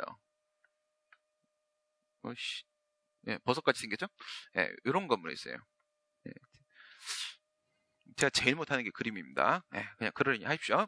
예, 이렇게 해가지고 내가 그림을 못 그리니까 네, 어떻게 학원에서 판소노트를 출판사를 통해서 깔끔하게 만들어라 이런 얘기를 하더라고요. 우리 출판사 좀 그만 굴려먹어라. 우리 출판사 지금 나를 위해서 얼마나 고생을 하고 있는데. 그래서 네, 뭐 지금 우선은 이렇게 수작업을 합시다. 대규모 건물, 소규모 건물 이렇게 얘기한 거야. 대규모 건물, 소규모 건물. 대규모 건물은 먼저 기본적으로요. 건축 허가를 받아야 돼요. 허가를 받아야지만 건축권이 인정되고요. 건물을 지을 수가 있어요. 예, 이런 소규모 건물은 건축 신고만 하면 돼요. 신고만 하면 됩니다. 신고라는 것은 지금 당장은요. 그냥 알려만 준다. 이렇게 생각하시면 돼요. 알려만 준다. 예, 행정청한테 알려만 준다. 예, 나 건물 지어요 이렇게 알려만 주면 난 이제 건물을 지을 수 있는 권리가 인정되는 거예요. 이게 건축법 11조, 건축법 14조 1항 1항에 이렇게 돼 있어요. 이렇게 돼 있는데 그러면 이제 건물을 지을 수는 있게 됐죠. 그 다음 단계로 가는 게 바로 뭐냐면 착공신고예요. 착공신고. 건물을 이제 짓기 시작을 하죠. 벽돌을 놓는단 말이야. 벽돌을 놓을 때는 이제 테이프 한번 끊어야죠. 그쵸? 테이프 이렇게. 예, 아니면은 같이 모여가지고 고사라도 한번 지내야죠. 예, 그냥 엎드려갖고 막걸리 먹는 거죠. 예, 한 번에 하면 돼요. 이렇게 절하고 막걸리 먹지 말고 막걸리 놓고 엎드려서 이렇게 빨고 이렇게 하면은 한 번에 금방 끝내고 2차 갈 수 있습니다. 예, 그래 빨리빨리 해야 돼요. 시간 없어. 그래서 이제 착공신고를 하면 뭐냐면 이제부터 건물 짓습니다라고 알려주는 거야. 이건 그냥 정보만 제공하는 거예요. 이거는 건축신고는 있잖아요. 신고를 하면 예, 원칙적으로 금지되어 있던 행위로서의 건축행위를 할 수 있게 돼요. 금지해제입니다. 금지해제. 이거는 둘 다 금지해제예요. 금지해제. 이건 뭐예요? 이건 진짜 순수한 정보 제공. 오늘부터 건물 지어요 라고 예, 관할관 측에 알려주는 거야. 동작구청에다가 오늘부터 우리 건물 지어요 이렇게 알려주는 거야. 근데 이제 건물 지었죠. 예, 그러면 이제 허가를 받았으면은 여기서 이제 준비를 했을 거예요. 건축 준비를 했을 거예요. 그 다음에 착공신고를 했으면 실제로 이제 건축을 했을 거예요. 건축을 했을 거야. 그럼 건물 지으면 나 막 들어가서 살아도 돼요? 막 이거 딴 사람한테 막 임대도 돼요? 여기서 막 장사해도 돼요? 예, 안 돼요. 못 쓰는 물건입니다. 뭘 받아야 되는 거냐면 사용 승인을 받아야 돼요. 사용 승인. 이 사용 승인의 옛날 때 이름이 준공검사예요. 준공검사. 옛날에는 이런 거를 준공검사를 받았다 이렇게 표현을 했어요. 지금은 법에 사용 승인이라고 하고 있고요. 여러분 문제에는 엉망진창으로 나와요. 그러니까 이거를 사용 승인, 뭐 준공검사, 그 다음에 사용검사, 뭐 건축검사, 뭐 하여튼간 요거랑 비슷한 말이 나오잖아? 그럼 이건 말하는 거예요. 좀 통일 좀 하지. 그죠? 교수님들마다 옛날 거 확인도 안 하고 지 마음대로 말은 평소 하던 표현대로 막 문제 내는 거야, 그냥. 그뭐 사용검사 막 이렇게 나와도 이거라고 생각하면 돼요. 이건 뭐 하는 게임이냐면, 이거는 확인이에요, 확인. 뭘 확인하냐면, 여기서 이거 할 때 있잖아요. 허가받을 때 신고할 때, 이때 이제 설계도면 제출해야 되거든요. 설계도면을. 우리 건물 이렇게 지어요. 어때요? 이뻐요? 이렇게 한단 말이야. 그럼 얘네가 이제 미관상 문제가 있는지 안전상 문제가 있는지 이런 걸 공무원이 확인을 해봐. 별다른 문제 없군. 지어요. 이렇게 해주는 거야. 근데 설계도면은 요따구로 해놓고 나서 실제 건물은 이렇게 짓는 경우 있잖아요. 이렇게. 이렇게 생긴 건물. 이런 거 봤어요? 시내 가면 이런 건물 몇 개 있어요. 그죠? 이런 건물. 우리나라 건축사나 이 사람들이 우리 이런 거 만들 수 있을까요? 한 명도 만드는 사람 없어요. 이거 다 외국 기술자들 와서 만드는 거거든요. 돈 엄청 세 나갑니다. 우리나라는 아직 이 정도 만들 수 있는 사람이 없어요. 우리나라 사람 만들면 겁나 위험한 거야. 알겠지? 그래서 이렇게 만들기로 해놓고 나서 이렇게 만들면 위험하잖아. 그치? 그러면 이거 약속 위반이잖아요. 약속 위반이니까 이게 안 나와요. 사용 승인이 안 나오면 건물 다 줘놓고 이게 지켜봐야 돼요. 와우, 멋져버려. 그리고 좀 있으면 이제 좀 있으면 철거 명령 나올 거예요. 그러면 멋져버려 하다가 이제 부셔야 돼요. 장난하는 거예요? 수수깡도 아니고 막 부시면 안 되잖아. 그치? 수수깡도 부시면 가슴이 얼마나 쓰리는데. 그치? 이거예요. 그래서 이 건물을 쓰려면 사용 승인을 별도로 받아야 돼. 네가 설계도면 제출한 대로 그대로 잘 했는지 확인받는 과정이에요. 그래야만 쓸 수가 있어요. 지금 여기서 준공검사라는 말이 나왔죠. 그게 나왔는데 문제 자체로만 보면 되게 쉬운 얘기인데 무슨 얘기인 거냐면 이게 저기 어디 도봉구에 대학이 몇 개가 있죠? 뭐뭐 있나? 도봉 덕성여대 맞죠? 도봉구지? 성신여대 성북군가? 하여튼 거기 몇 개 있어. 한 3-4개 있어요. 3-4개 정도 있는데 그 중에 한 대학이야. 어느 대학인지까지 추적이 안 되더라고. 그래서 한 대학인데 그게 대학에서 이제 기숙사를 만들고 싶은 거야. 기숙사를 만들고 싶은데 이제 기숙사 여기다가 만들고 싶다고 쳐보세요. 요만큼 여기다가 이제 기숙사를 이렇게 만들고 싶습니다. 만들고 싶은데 현재 여기가 이렇게 도로로 돼 있는 상황이에요. 도로로. 그럼 학교는 여기 있다고 쳐요. 학교는 여기 이렇게 딱 치고. 그래서 여기다 기숙사 만들고 이게 현재 도로예요. 현재 도로인데 도로 계획선이라는 게 있어요. 우리 이제 여러분 들어가시면 많이 보실 거예요. 도로 계획선. 여러분들 지도 있어요. 지도에 보게 되면 이후에 도로를 이렇게 만들어야지라고 국가가 지 맘대로 막 그림 그려놨어요. 그림을 그려놨는데 이만큼이라고 이렇게 그려놓은 거예요. 그러면 이 노랭이 안쪽이 이게 지금 현재 이 하양 색깔 쪽은요. 이 하양 색깔 쪽은 현재 도로입니다. 현재 도로인데 근데 이 노랭이 안쪽 바깥쪽 하얀 색깔의 바깥쪽은 이제 도로가 될지도 모르는 곳이에요. 언제까지 한다는 말도 없습니다. 그냥 지들 마음대로 그림을 그려놨는데 내가 만약에 건축을 하려고 하게 되면 이 여기 부분 있잖아. 여기 부분은 건물 못 지어요. 건물 못 지는 거예요. 그래서 지금 얘가 뭐라고 했냐면 우선 2가지를 받았어요. 이렇게 도로 놓고 이렇게 하게 되면 이런 걸 우리가 도시계획 사업이라고 하거든요. 도시계획 사업 하나는 건축 허가를 받았고 건물을 짓기 위해서 그 다음에 이제 도시계획 사업에 대한 시행 허가를 하나를 받았어요. 2개를 받은 거예요. 각각의 처분이야. 각각의 처분을 받았는데 이게 서울특별시장이었거든요. 이놈아가 이거를 지 맘대로 변경을 한다? 누가 신청한 것도 아닌데 지가 이렇게 한번 바꿔줘요. 바꿔주는 과정에서 여기다가 부관을 2개를 붙였어요. 부관 1, 2를 붙였단 말이에요. 부관 1이 뭐냐면 우선은 이 도시계획선 안쪽 있잖아. 안쪽에서 여기다가 건물을 못 지으니까 이거 필지 나누라고 해서 이게 얘네 땅이었겠지. 얘네 땅이었겠지, 이쪽이. 예, 도로도 사유지 많습니다. 사유도로 많아요. 예, 그래서 소유권이 얘한테 있었다고 우리 가정을 해봅시다. 그랬을 때 이 건물 지으려고 하고 있는 이 부분하고 있잖아요. 이 부분하고 그 다음에 이 밑에 부분하고 야 분할해라. 분할해라. 근데 분할은 신청을 국민이 해야만 분할을 해줄 수가 있거든. 필지 분할을. 필지는 뭐냐면 예, 토지의 단위예요. 토지의 단위. 한 필지가 요만할 수도 있고 한 필지가 이만할 수도 있어요. 예, 크기는 관계없습니다. 한 단위, 두 단위 이거예요. 토지 한 개, 토지 두 개 할 때 그걸 필지라고 해요. 1필지, 2필지 이렇게 얘기하거든요. 그러니까 이게 지금 하나의 필지로 돼 있는데 하나의 필지, 얘 거니까 그냥 하나의 필지로 이렇게 돼 있을 거예요. 소유권이 한쪽에 있으니까. 근데 이걸 나누라 이거예요. 나누라.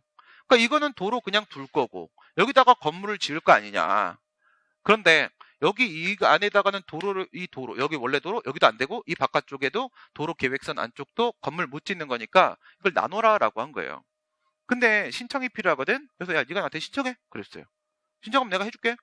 그래서 분할을 쳐줬어요. 분할을 쳐주고 나게 되면은 이 이제 도면에다가 분할을 친 거니까 실제 이 땅에다가 거기다가 측량을 해갖고 표지판을 세워줘야 되거든요. 여기서부터 여기까지가 도로다라고 이렇게 표지판을 세워줘야 돼요. 그거를 하라고 시킨 거예요. 지금 거기 나오는 말이. 예. 그래서 표지판을 세워라. 그런 다음에 여기는 네가 건물 짓고 여기다가는 건축해. 내가 허가해줬잖아. 여기다가 네가 건축하고 이 부분 있잖아요. 이 부분이 지금 뭐라고 돼 있냐면 여기 이쪽이니까 이쪽은 대지로 돼 있는 거야. 대지는 뭐냐면 건물 짓는 땅이에요. 농사 짓는 땅은 농지. 예, 그다음에 산은 임야. 이런 식으로 돼 있단 말이에요. 그런데 이거 네 땅이지, 요거 네 땅이지 파랭이. 예, 이거 대지로 지금 지목이 돼 있는데 용도가 이렇게 돼 있는데 이거 도로로 바꿔. 지목을 도로로 네가 바꿔달라고 나한테 신청해. 그럼 내가 또 그거 해줄게. 그 다음에 이 땅 있죠? 도로로 지목을 변경한 다음에 이 땅을 기부채납해. 라는 조건을 붙인 거예요. 지금 몇 가지 얘기했죠? 뭐라고 했어요? 이거 필지 분할해라. 그래야 여기다 건물 지을 수 있다. 그래서 토지 단위 끊어놓고 끊었으니까 표지 한번 세워지. 표지판. 그래서 측량해서 표지판 여기저기다 이렇게 세워 넣어야지 아무도 다른 사람들이 이제 헷갈릴 수 있잖아. 헷갈릴 수 있으니까 원래 여기 도로였잖아. 헷갈릴 수 있으니까 표지판 세워라. 세운 다음에 여기는 내가 너 건물 짓게 해줬으니까 요건 내놔 임마. 내놔야 되는데 이거 원래 도로 있던 곳이고 우리가 이렇게 도로 확장을 하려고 하는 거니까 예, 그거는 지목을 도로로 바꾸고 나한테 줘. 소유권. 나한테 줘. 기부채납 조건. 이게 건 거예요. 근데 지금 이 얘기는 다 뭐랑 관련된 얘기냐면 이거랑 관련된 얘기예요. 여기에 붙은 부간이라고. 각각의 처분이라고. 이것도 준공검사를 받아야 되는 거지만 이것도 준공검사를 받아야 되는 거거든. 각각의 사건. 근데 여기서 기부채납을 안 했는데 그걸 이유로 여기를 공격한 거예요. 그걸 이유로 여기서 이거 준공검사를 안 해가지고 기숙사 다 지었는데 학생이 못 들어가고 있는 거야. 그래서 그 준공검사 거부 처분에 다투는 거예요. 그때 판례가 뭐라고 하냐면 이건 두 개가 완전히 별개의 처분인데 생뚱맞은 이쪽에 붙어있던 부간을 이유로 이쪽의 처분에 거부를 한다고? 무슨 소리야? 이렇게 얘기를 한 거예요. 부당결부금 원칙 위반. 그 얘기였고 하나만 더 볼까요? 개발이익 환수에 관한 법률에 정한 개발사업을 시행하기 전에 행정청이 민원예비심사로서 관련 부서의 의견으로 저촉사항 없음이라고 기재한 것은 공적인 견해표명에 해당을 한다. 지금 이름이 뭐라고 돼 있어요? 그러니까 이게 문제를 많이 풀면 자동적으로 느껴지는 부분인 건데 개발이익 환수에 관한 법률이죠. 이게 뭐겠어? 부담금인데 부담금이라는 게 있어요. 부담금 이런 게 있단 말이에요. 뭐 예를 들어서 손괴자 부담금 이런 게 있어. 손괴자 이런 거 강론에서 배우는 건데 그냥 여러분들 막 나와요. 그냥 강론에 있는 게 막 땡겨요. 막. 그래서 손괴자 부담금은 만약에 도로에 대한 손괴자 부담금 그러면 도로 부신 놈이 그 도로 보수할 때 그 돈 대야 되는 거야. 손괴자 부담금 이름에서 나오죠. 손괴한 놈이 돈 낸다. 손계좌 부담금. 예. 그러니까 요즘엔 이런 거 잘 안 하죠. 옛날에 우리 이런 거 많이 했죠. 뭐 많이 했어요? 데모할 때 우리. 데모할 때 다 야구 선수, 다 야구 선수. 그래서 제가 정말 신기한 경험 2개를 했어요. 데모하면서 감옥 가기 직전에 2가지를 해봤는데, 첫 번째 사수대장을 3년을 했는데, 사수대장 할 때, 예, 이래 또 사수대장 합니다. 예. 저렇게 조그만 새끼 어떻게 하냐, 뭐 이렇게 생각을 할 수도 있는데, 예, 할 수 있어요. 어떻게 하면 되냐면, 날르면 돼요. 날아다니면. 훈련해요, 훈련. 예, 군대보다 빡세게 해요. 빡세게 하기 때문에, 예, 그리고 이제, 예, 충분히 뭐 여러 가지 기술 다 배워요. 이 보도블록 떼잖아요. 보도블록 떼갖고 깨가지고 던지잖아요. 그럼 저쪽도 그래요. 경찰도. 서로 던지는 거거든요. 서로 던지는데, 이게 진짜 한 10m, 20m 거리에서 막 서로 던질 때가 있어요. 보통 홍대 앞에서 싸울 때. 홍대 앞, 이게 너무 가까워. 정문하고. 홍대, 알죠? 어떻게 생겼는지. 예. 홍대에서 안 놀아요? 예, 우리는 홍대를 못 갈 나이지만, 여러분 좀 가세요, 이제 빨리. 알겠지? 합격하고 가서 놀아. 네. 괜히 한번 돌아다니다 보면 이렇게 만나면 재밌어. 예. 왜 재밌는지 알아? 괜히 막 돌아다니다가 이렇게 만나면 와갖고 술 사줘 이러거든. 거부할 수가 없어, 그럴 때요. 왜? 거부하면 카페 갔을 때 소문내거든. 그래서 네, 어쩔 수 없어요. 네. 그래 사줘야죠. 뭐 이렇게 된 거야. 그게 나쁠 거 없어. 예, 그래가지고 이렇게 딱 던지면은 저쪽에 던지죠. 이게 매트리스예요, 매트리스. 정말 빠른 속도로 경찰이 던진 돌이지만 날아오는 속도를, 사수장 맨 앞에 있거든. 맨 앞에 있으면 이렇게 날아오는 게 정말 천천히 날아와요. 다 보입니다. 한 대도 안 맞아요. 이게 다 피했어요. 다 피하거든요. 다 피하다가 궁금해갖고 잡을 수 있을까라는 생각이 들었어요. 왜냐하면 이렇게 피하면 뒤에는 우리 후배들이 다쳐요. 얘는 시야가 가려졌기 때문에, 나 때문에. 그쵸? 뒤에 있는 애들이 다 피 흘리고 쓰러지거든. 아, 안 되겠다. 잡아볼까? 최대한 잡아보는데 이렇게 잡죠? 잡혀요. 신기하더라고요. 되네. 맨 앞에 있는 사람이 안 다쳐요. 맨 앞에 있는 사람이. 그 다음엔 2번째 실명을 당했었거든요. 눈을 떴어요. 1년 반 만에. 예, 신기하죠? 예, 기도를 열심히 했나? 예, 그 눈을 떴어요, 내가. 눈을 떴는데, 그때 난 죽은 줄 알았어요, 내가. 나 죽어 있구나, 라고 생각했는데, 공중으로 붕 너무 맞아갖고, 경찰한테. 예, 붕 떠갖고 그냥 거꾸로 떨어진 거야. 내가 떨어지다가 나도 모르게 낙법을 했을지도 몰라.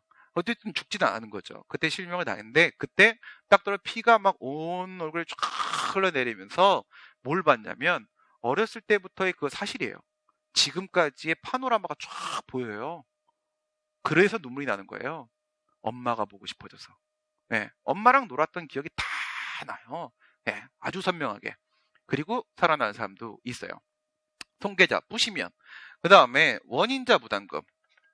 이게 아니라, 네, 부신 건 아닌데 그 도로 보수에 대한 원인을 제공하는 사람이 있을 수 있어요. 원인을 제공하는 사람이 필요에 의해서 도로를 보수해달라거나 확대를 해달라거나 그렇게 요구하는 경우가 있을 수도 있고, 지금 같은 경우는 뭐냐면 수익자 부담금이에요. 수익자 부담금. 수익자 부담금. 예, 이 공사를 해가지고, 이 사업을 해가지고 이득을 얻는 사람이 있죠. 그럼 그 사람이 그 사업 비용도 돼야 되는 거잖아, 당연히. 그런 게 수익자 부담금이에요. 이게 개발이익 환수한다는 게 뭐냐면, 이 개발 사업을 해서 개발 이익을 얻는 사람 있죠? 개발 이익을 얻는 사람한테 개발 부담금을 부과하겠다라는 법이에요. 근데 보세요. 뭐라고 돼 있나? 이 법에 저촉되나요? 저촉되지 않아요. 뭐가 저촉되는지 안 물어봤어요, 이 사람이. 웃긴 놈이죠. 예, 저촉되나요? 무슨 말인지 모르니까 저쪽에서도 뭐 별거 없는데요? 그냥 이렇게 한 거야. 이거의 핵심은 뭐냐면, 개발 부담금이 면제되나요? 라고 특정하여 구체적인 질문을 하지 아니하였음이에요. 그리고 행정청 쪽에서도 개발 부담금이 부과 대상이 아닙니다라고 확실하게 공적견해 표명을 한 건 상황이 아니었어요.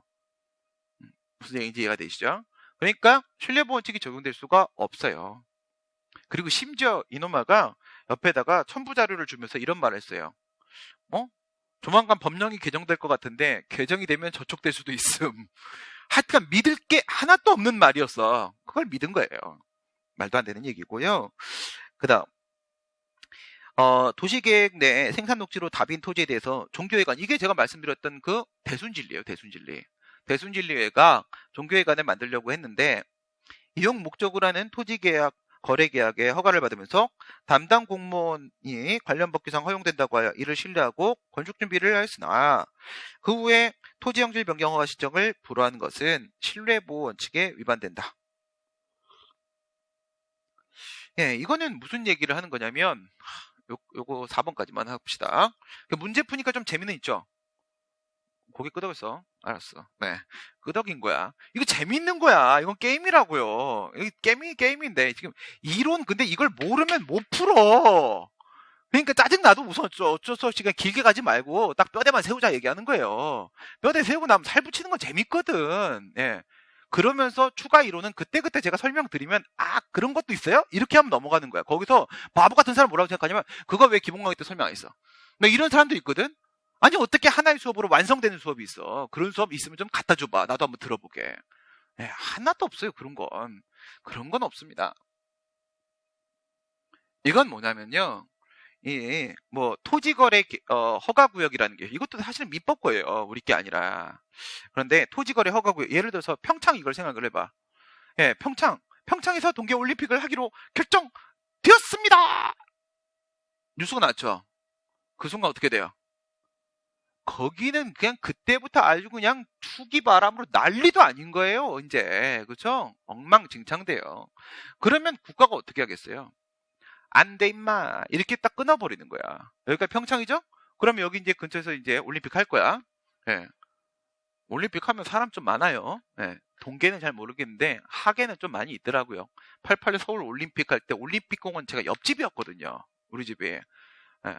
우리 이제 그때 국민학교 때죠. 국민학교 때. 그때 학교 수업을 안 했어요. 바로 옆에 학교니까. 그냥 다 동원당해. 그냥 올림픽 공원 안에 앉아 있어야 돼요. 이게 오늘 우리가 하는 일이에요. 예, 퇴근들 해라. 예, 선생님 수고하셨습니다. 네, 이렇게 집에 가는 거예요. 공부 안 해요. 예, 공부를 배운 적이 없어. 예, 그래갖고 요 안에서 이제 올림픽을 하잖아요. 그럼 여기를 뭐로 묶으냐면 토지거래 허가구역. 으로 묶어버려요. 토지거래를 허가해야만 하는 구역. 여기서 지들끼리 막 사고 팔고 하면 이 땅값은 계속 올라가요. 끝도 없이. 천정부지로 올라가는 거 막아야지. 막으면 무슨 말이냐면 허가. 누가 동의를 해줘야 돼요? 예, 국가가 동의를 해줘야지만 이 계약행위 있죠. 토지거래 계약. 이건 매매 계약이잖아요. 그죠? 그래서 예, 땅 양도인이 있을 테고 땅 파는 놈, 땅 사는 놈, 양수인이 이래 있을 거 아니겠습니까? 예, 이놈아가 너 살래? 청약하고 그럴까? 승낙하고 이렇게 반대 의사의 합치를 통해서 법적 효과가 바로 발생하는 사법상 계약이란 말이에요. 근데 이렇게 되면 소유권 넘어가고 얜 돈 달라고 요구할 수 있는 권리가 있고 그래야 되는 건데 그게 인정이 안 돼요. 법적 효과가 발생을 안 해요. 뭐가 있어야 되냐면 이 동의가, 허가가 있어야만 비로소 이 법적 효과가 발생을 할 수가 있어요. 그래서 이럴 때는 있잖아요. 얘하고 둘이 손을 잡아야 돼요. 손을 딱 잡고 진짜로 손잡고 가요. 같이. 손을 잡고 같이 예, 관할청으로 가요. 그래서 둘이 같이 신청해야 돼요. 같이 신청을 했는데 이 토지거래 허가가 구역을 묶은 이유가 있을 거 아니겠습니까? 뭔가 목적이 있을 거 아니야. 그 목적에 반하면 허가를 거부하고요. 그렇지 않으면 허가를 해줘요. 이런 거를 우리가 행정법에서 강학상 인가라고 합니다. 인가, 인정할 인자. 예, 인정할 인자, 인가. 인정해 주는 거야. 그러면 이렇게 보충을 해주는 거야. 원래 같은 경우에는 이 사법상 계약은 이렇게 하면 그 자체로서 완성이 되는 건데 이런 상황이면은 요만큼 2% 부족이에요. 2% 부족. 2% 부족이거든? 이 2%를 동의를 통해서 채워 넣으면 비로소 완성. 이렇게 되는 게 인가란 말이에요. 그러니까 이건 그냥 효력 발생 요건이에요. 효력 발생 요건. 네. 보충적 행위라고 합니다. 그런데 얘가 이 토지거래 허가를 받아낸 거예요. 토지거래 허가를. 여기서 이제 종교회관을 짓겠다고 대순진리회가 토지거래 허가 신청을 했는데 원래 여기 땅 주인이 있을 거 아니야. 그 땅 주인한테 산다고 땅 주인하고 손잡고 대순진리회하고 같이 행정청을 찾아간 거야. 찾아갔더니 걔네가 이걸 해줬어. 근데 이 목적에 반하면 허가를 안 해준다고 했죠. 네, 그럼 거기다가 내가 목적을 썼지 않습니까? 종교회관을 건립하겠음 이라고 썼잖아. 그 말은 뭐야? 건축을 하겠다는 거잖아. 건축을 하겠다는 건데 그 건축을 한다는 것은 지금 여기가 산이야. 네, 산은 이거 이상은 그릴 수가 없어요. 이게 산인데 여기다가 만약에 건물을 지으려고 하게 되면 산을 깎아야 되잖아요. 그 다음 이게 만약 농지야. 예, 농지는 이렇게밖에 그릴 수가 없어요. 이렇게 되면 이것도 역시 농지 상태를 바꿔야 되는 거라고요. 그런 걸 뭐라고 하냐면 토지 형질 변경이라고 그래요. 토지의 형질 변경. 예, 토지의 모양을 바꾸는 거야, 모양을. 토지의 모양을 바꾸는데 이 토지의 형질을 변경하지 않으면 건물을 어떻게 집니까, 여기다가. 건물을 짓겠다고 했는데 허가를 하는 거거든, 얘가 지금. 그 얘기는 토지의 형질 변경 및 건축까지 사실상 인정하겠다라는 의미가 이 토지거래 허가 안에 포함되어 있다는 거야. 포함되어 있다. 그러니까 신뢰보원칙이 적용될 수 있다. 예. 이 토지거래 허가를 신청할 때, 허가를 내줄 때 그 용도와 목적이 무엇인지를 다 제시해야 되는데 그 안에서 종교회관을 건립하겠다라고 했으면 토지의 형질 변경 및 그에 따른 무엇도 건축도 가능하다라는 표명을 한 거지, 언동을. 그렇게 봐야 된다라는 판례였던 거예요. 그 다음 병무청 4번 더 간다는 거니까 4번 바로 게임 끝내고 그 다음에 3번 설명하고 잠깐 쉬었다가 이론 수업 넘어가겠습니다. 교통사고가 일어난 지 1년 10개월이 지난 뒤에 교통사고를 일으킨 택시에 대해서 운송사업 면허를 취소한 경우에 택시 운송사업자로서 자동차 운수사업법의 내용을 잘 알고 있어 교통사고를 낸 택시에 대하여 운송사업 면허가 취소될 것을 가능성을 예상하고 있었으므로 별다른 행정조치가 없을 것으로 자신이 믿고 있었다고 하여도 신뢰 이익을 주장할 수는 없다. 이건 다 배운 내용이죠. 취소를 안 하고 있었다잖아. 이거는 명시적 언동이 아니라 묵시적 언동이잖아요. 그죠? 묵시적 언동도 일정한 경우에 인정될 수 있다고 했잖아. 그죠? 그런데 여기서 이제 당연히 택시 기사님이면 많이 아시죠. 그죠? 그래서 저는 선배 강사님들이 어렸을 때 일찍 제가 강의 시작했으니까 강사는 운전하는 거 아니야. 이동 중에도 언제나 책을 본다. 그래서 전 이동 중에도 계속 뭐 들고 다니면서 읽고 다니거든요. 전 시키는 대로 되게 잘해요. 단순한 새끼거든. 이게 하는데 그래서 운전은 안 한다. 강의를 그만둘 때까지 이렇게 생각을 하는데 우리 원장이 자꾸 차 이렇게 뽑으면 좋아요. 자꾸 꼬셔가지고 살짝 흔들렸는데 연구실을 여기다가 이제 구했어요. 어저께 계약금 보냈거든. 운전이 이제 또 필요가 없어졌어. 그래서 근데 뭐냐면 아까도 오는데 그러니까 택시를 타고 다녀.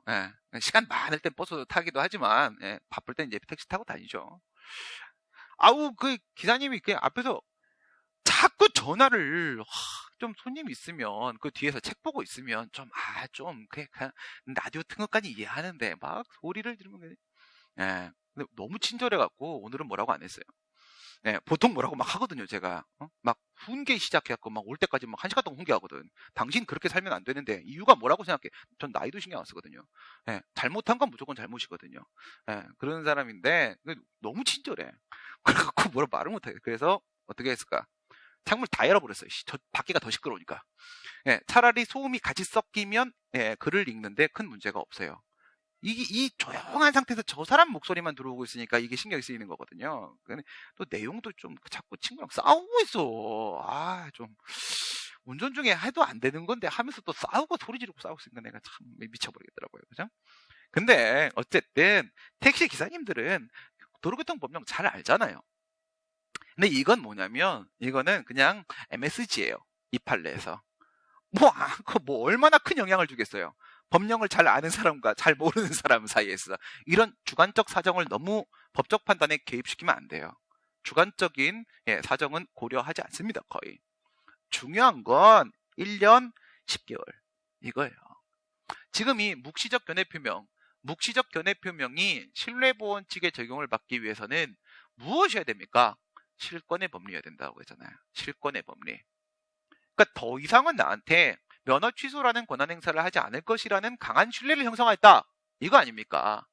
강한 신뢰를 형성하려고 하게 되면 독일법에 따르게 되면 독일행정조작법은 몇 년? 이거 외워야 된다고. 시험 나온다니까. 4월에 시험 볼 거잖아. 외울 건 외우자고. 1년. 우리나라 교수님들은 2년. 우리나라 판례는 3년. 그러니까 요건 인정 안 한 판례고 요거랑 인정한 판례가 있어. 인정한 판례. 그렇게 두 개야. 통틀어서. 인정 안 한 판례가 우리 판례에서 1년 10개월이고요. 그러니까 이 판례를 보는 순간 독일 기준은 이미 우리는 돌파해버렸구나. 1년 돌파는 옛날에 했구만. 근데 이거 거의 2년이잖아. 그러면 학자들의 생각도 살짝 돌파했구나. 그러니까 그 다음 게 3년짜리 판례거든. 3년에서 인정해버렸거든. 그러니까 우리 판례는 3년이라고 보고 있구나. 이렇게 평가를 하는 거예요. 그래서 강한 신뢰 형성하는데 우리 판례 3년. 3년에서 인정했고 1년 10개월 부정한 거예요. 알겠죠? 네, 그러니까 실권의 범위 적용 안 되는, 묵시적 견해 표명이 부정되는 게 아니라 묵시적 견해 표명도 인정될 수는 있는데 문제는 기간이 너무 짧아. 이 정도로 실권의 범위를 적용하려면. 그 다음 이건 진짜 웃긴 얘기예요. 3번은 병무청 담당 부서의 담당 공무원에게 공적 견해 표명을 구하는 정식의 서면 질의 등을 하지 아니한 채 총무과 민원팀장 불과한, 이 사람 이름도 막 등장하대. 그럼 이 사람 되게 창피해져요. 이 사람 지금 똥탕 쳤거든요. 민원 봉사 차원에서 상담에 응하여 안내한 것을 신뢰한 경우에 신뢰보험 측이 정되지 않는다. 그냥 민원 봉사팀장이 이 사람이 담당자가 아니잖아, 지금. 그죠? 그러니까 문제는 그렇게 푸는 건데, 무슨 민원 봉사팀장 말 믿고 우리가 이렇게 할 수가 있겠니? 이게 무슨 신뢰야? 이렇게 풀면 돼요, 원래 문제 풀 때는. 알겠어요? 판례 사건, 그 다음에 법리, 몰라도 딱 보고 상식적으로 풀리는 문제 있죠? 더 이상 파지 마. 알겠어요? 그냥 답이 보이면, 그냥 상식으로 풀리면 그냥 푸는 거예요. 넘어가는 거야. 그걸 파버리기 시작하면 여러분 3천 문제 돌파 못합니다. 알겠어요? 하나씩 해버리면 미쳐나가요. 그때 내가 왜 이걸 선택했는가 막 이런 생각을 하게 되고, 그게 아니라 살살 스몰 스텝, 가볍게 이건 뭐냐면 갑이라는 친구가 있잖아요. 이 친구가 좀 일본에 좀 있었어요. 일본에 좀 있었는데 일본에 거주하고 있던 친구입니다. 근데 거기서 영주권을 취득했어요. 그래서 얘가 병역 면제 처분을 받았습니다. 군대죠, 지금 군대 얘기. 면제 처분을 받았어요. 근데 면제면 누가 와갖고 군대 가겠습니까? 하겠습니까? 그렇죠? 물론 이제 그런 사람도 있죠. 연예인 뭐 이런 사람들 같은 경우에는 거의 나중에 문제가 되니까. 그렇지만 일반인 같은 경우에 뭐 운 좋게 면제 받았으면 아싸 하고 넘어가는 거지 뭐. 그지? 근데 이제 우리나라에 부모님이 계신 거야. 근데 아빠가 좀 불쌍해. 그래서 아빠를 좀 부양을 하고 싶은 생각도 좀 있어. 그래서 아빠가 엄마하고 이혼을 했는데, 그리고 나서 또 바로 재혼을 하셨는데, 근데 이분하고도 이혼을 했어요. 그래서 아빠가 혼자 계신데 아빠가 좀 도움이 필요해. 이런 상황이었습니다. 근데 아빠가 60이 넘었다? 근데 옛날에 이런 게 있었던 거예요. 60세 이상인데 나 독자. 부모가 60세 이상인데 나 독자. 그러면 어디로 가는 거냐면 보충역으로 넘어가는 거예요. 보충역은 이제 여자분들 잘 모를 수도 있는데, 보충역은 여러분들이 제일 잘 알고 있는 걸로는 뭐가 있냐? 공익근무요원이 있죠. 그 다음에 여기 방금 나왔던 공중보건이, 공보위 애들 있죠. 이런 애들. 좀 낙후된 곳에 가서 의사짓 하는 애들 있어요. 꼬맹이 의사 애들. 이런 애들. 이런 것도 있고, 그 다음에 이런 거 말고도요. 그냥 플러스 알파 보충역도 있어요.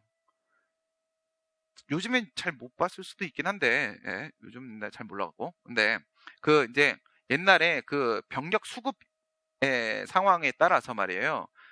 지금은 군인이 돼야 될 애들이 좀 너무 적잖아요. 그러니까 우리 때 말고 우리 바로 위쪽 있죠. 9학번, 91학번 요때는 사람이 남아 돌아가지고요. 군대가 수용을 못했어요. 수용을 못해하고 그냥 보충역으로 다 빼버린 애들이 엄청 많았어요. 그래서 각 과마다 그냥 보충역으로 그냥 갔다 온 사람들이 진짜 많아요. 근데 그 중에 이런 것도 있어요. 그냥 출퇴근해서 군대를 가긴 가는데 출퇴근해갖고 가서 놀다 온 애들이 있어요. 아침에 8시까지 출근해갖고 친구인데 한 놈은 전투복을 입고 있고 얘는 그냥 출근을 한 거야. 이러다 얘는 이제 좀 이따 6시 집에 가. 쟤는 여기 못 나오고 갇혀있고. 막 이런 게 엄청 많아요. 근데 얘한테 뭐라고 했냐면 이 민원팀장이 당신 말이야 6개월 공익근무로 끝나는 상황이네 얘기를 한 거예요. 6개월 공익근무 된다고요, 제가요? 그러면 괜찮지. 그래서 뭐라 한 거냐면 이게 최후 출국일로부터 6개월 안에 귀국을 해버리게 되면요. 그러면 이 병역 면제 처분이 취소되거든요. 근데 최후 출국일로부터 6개월의 이 맥시멈이 약간 안 된 상태인데 6개월 공익근무하면은 국내 들어와도 된다고 하니까 그냥 들어와 버린 거예요. 들어와 버렸더니 얘는 그 아까 면제 처분 받은 거 있죠? 그건 취소가 됐죠? 예, 취소가 됐고 그리고 얘가 현역병 입영 처분을 받은 거예요. 그럴 거면 내가 안 들어왔죠. 그럴 거면 면제 처분 그냥 유지했죠. 현역병 입영 처분을 받은 건데 그래서 얘가 그 현역병 입영 처분에 대한 취소를 제기했던 거예요. 예. 나 6개월 공익근무라며. 예. 그래서 얘가 보충력 편입 신청서 넣으면 내가 받아줄게라고까지 말을 했어요. 그렇지만 예, 아무 의미 없다. 얘는 그냥 민원팀장이에요. 민원팀장. 예. 그 민원팀장이기 때문에 얘의 의사를 뭐 신뢰 대상으로 삼을 수가 없다는 거예요. 예, 민원팀장 얘기 믿고 움직인 놈이 바보다. 이게 결론인 거예요. 예, 원래 민원실은 그냥 그런 거잖아. 좋게 좋게 얘기해주는 곳이잖아, 그냥. 예, 그리고 그냥 이 사람이 옆에 이렇게 보니까 뭐 이런 경우에는 옛날에 보충격 처리된 것도 있네, 뭐 이런 걸 보면서 이거 보세요. 옛날에 이런 사람도 있어요. 막 이렇게 얘기했는데 상대방은 기대하고 있으니까 믿어버린 거야. 믿어버리고 귀국해버린 거야. 이게 바본 거죠. 예, 이럴 땐 어떻게 해야 돼요? 아, 그래요? 라고 한 다음에 6개월은 채우고 들어오면 되는 거잖아요. 이 바보 같은 사람 아닙니까? 그죠? 꼭 며칠 못 견뎌갖고. 그래서 결국 현역병으로, 병장 전역을 했던 사건입니다. 안타깝죠? 네, 그런 거예요, 실력원칙. 네, 오늘 여기까지 하고요. 네, 우리 진도 같이 나가도록 하겠습니다. 네, 시간이 좀 많이 갔으니까, 네, 재밌으니까, 그냥 오늘도 두 타임으로 가죠. 우리 짧아서 3시간밖에 안 돼서. 15분 휴식하시고 4시 5분에 다시 시작하는 걸로 하겠습니다.